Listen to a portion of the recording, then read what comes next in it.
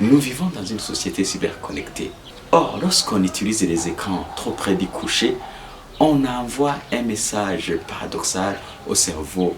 On envoie un signal à la fois d'éveil et d'endormissement.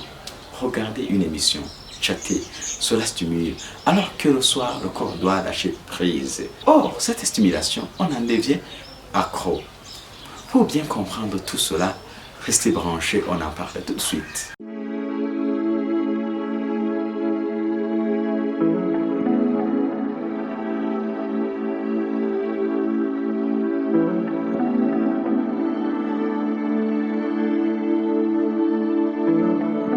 Pour mieux comprendre notre sujet, nous allons voir ensemble 5 thèmes.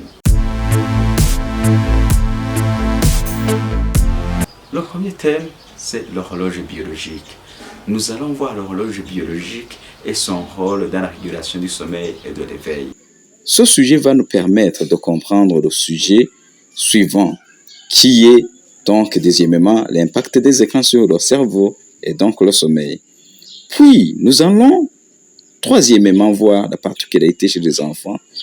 Donc, écran avant de dormir, un danger chez les enfants. Puis, pour être plus complet, on ne peut pas se limiter à parler des méfaits des écrans sur le sommeil, mais abordons aussi les solutions. Nous allons voir, donc, quatrièmement, les conseils d'utilisation des écrans pour un sommeil de qualité. Enfin, dans le même sens, nous allons voir comment remplacer les écrans par d'autres petits plaisirs juste avant de dormir. L'horloge biologique qui régule le sommeil et l'éveil. L'organisme est soumis à des rythmes biologiquiques qui sont régulés par une horloge interne située au niveau du cerveau. C'est le réseau des neurones ou noyaux suprachiasmatiques. Ces neurones ont pour mission de réguler différentes fonctions biologiques en fonction du moment de la journée. Température, digestion, immunité, sommeil, etc. Cette horloge a un rythme proche de 24 heures, mais nécessite d'être remise à l'heure. Le principal synchroniseur de cette horloge est la lumière, puisqu'elle définit le cycle lumière-obscurité. La mélatonine, ce messager qui signale qu'il est l'heure d'aller dormir. La mélatonine, l'hormone de l'horloge biologique, est naturellement sécrétée par la glande pinéale pendant la nuit en l'absence de lumière. C'est un signal biologique qui permet donc à l'organisme de se synchroniser sur un rythme de 24 heures correspondant à l'alternance jour et nuit.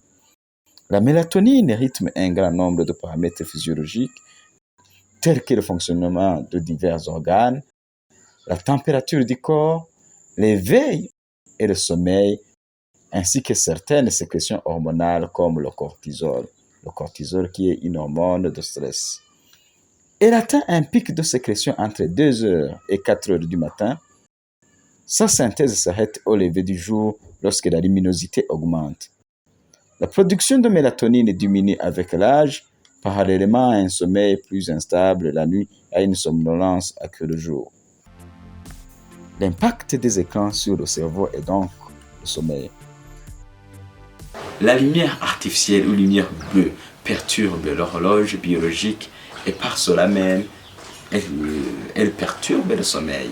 Cette lumière artificielle active des photorécepteurs situés dans la rétine, ce qui empêche la synthèse de la mélatonine. Une étude d'optométrie, l'optométrie étant une discipline visant à effectuer des mesures sur l'œil, donc une étude d'optométrie de l'université de Houston a montré comment la production de mélatonine diminue avec l'exposition à la lumière bleue et comment le simple fait de porter des lunettes anti-lumière bleue tout en continuant à utiliser écran ou tablette permettrait d'augmenter de 58% les niveaux de mélatonine des participants.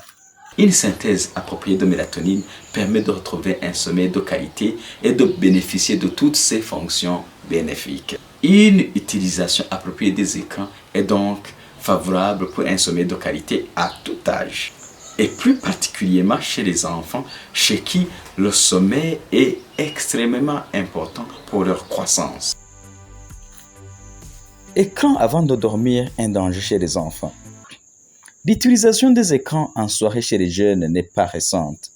Il y a 20 ans déjà, la télévision était incriminée.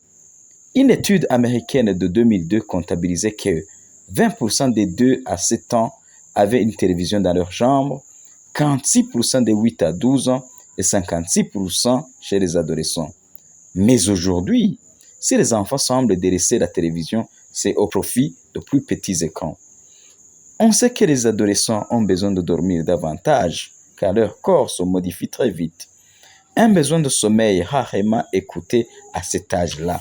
Et son manque de sommeil est aggravé avec l'invention des objets numériques. Même chez les plus jeunes, aujourd'hui à 10 ans, ils gardent leur téléphone sous l'oreiller, ce qui crée un sommeil sentinelle. Or, le manque de sommeil pose un problème pour l'hormone de croissance.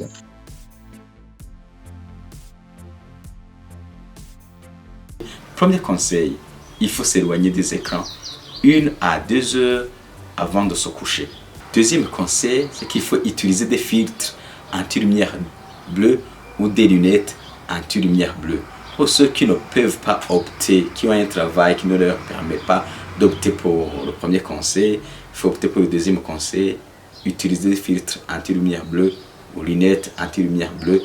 Pour ceux qui ont dans leur appareil le mode éclairage nocturne, il faut activer dans vos téléphones, sur votre ordinateur, sur votre tablette, le mode éclairage nocturne qui va vous amener une lumière beaucoup plus douce, qui ne va pas être trop stimulant pour le cerveau. C'est une lumière qui a tendance à l'orange, comme ça, donc qui évite de faire allusion à la lumière du jour, ce qui perturbe le cerveau, comme on l'a vu antérieurement. Le troisième conseil, c'est qu'il faut respecter une distance importante entre toi qui regardes et l'appareil, l'écran, surtout notamment pour la télévision. Quatrième conseil, il faut éviter les écrans dans la chambre à coucher. Alors, pour résumer ces conseils, il faut éviter tous les écrans 1 à 2 heures avant de se coucher. Au minimum tolérable la télévision, une télévision qui est mise à distance, très grande distance, avec toi qui regardes cette télévision, et activer le mode éclairage nocturne ou utiliser un filtre anti-lumière bleue ou des lunettes anti-lumière bleue. Remplacer les écrans par d'autres petits plaisirs justement avant de dormir. Alors comment le faire? Par exemple, il faut faire des massages notamment au niveau des pieds en insistant sur des points d'énergie connus comme centre du sommeil dans la médecine chinoise. Je sortirai une vidéo sur ça. L'autre exemple, c'est la méditation. Il faut visualiser un paysage agréable, fermer les yeux et respirer profondément et calmement pendant quelques minutes. Pour plus de détails, suivez une vidéo sur ça que je vous produirai très prochainement. L'autre moyen de se détendre au lieu de s'exposer aux écrans, c'est la lecture. Lire un bon livre physique, pas sur votre smartphone ou votre tablette ou ordinateur.